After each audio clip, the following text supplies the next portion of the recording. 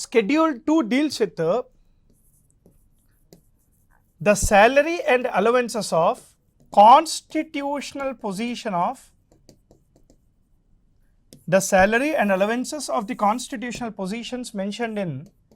part 5 and part 6 of the constitution.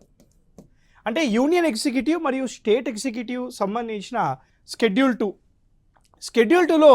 ఎవరి విషయాలు salary and allowances of the constitutional authorities mentioned in part 5 and part 6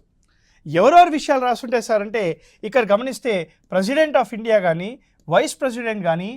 మంత్రిమండలి council of ministers మరియు prime minister కానీ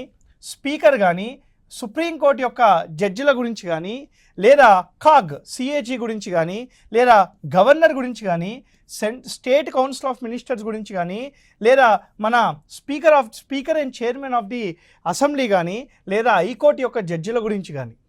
అంటే ఈ articles అన్నీ కూడాను వాళ్ళకు సంబంధించిన శాలరీ మరియు అలవెన్సెస్ యొక్క వివరాలన్నమాట.